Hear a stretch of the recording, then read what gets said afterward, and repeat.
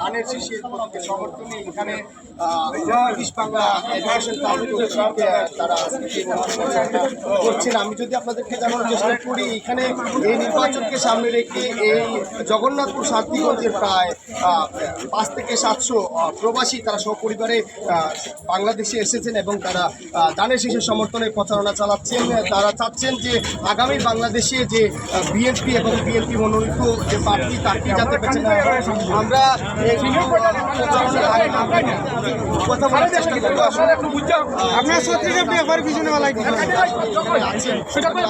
একটু জানাবেন ধানের শীষের সমর্থনে 12 তারিখ, আগামী 12 তারিখ ধানের শীষকে জয়যুক্ত করতে জগন্নাথপুর ব্রিটিশ বাংলা ট্রাস্টের উদ্যোগে আজকের এই পথসভা র্যালি। ধন্যবাদ সবাইকে। আগামী 12 তারিখ ধানের শীষে ভোট দিয়ে জয়যুক্ত করুন ইনশাআল্লাহ। কয়সর আহমেদ ভাইয়ের হাতকে শক্তিশালী করার লক্ষ্যে।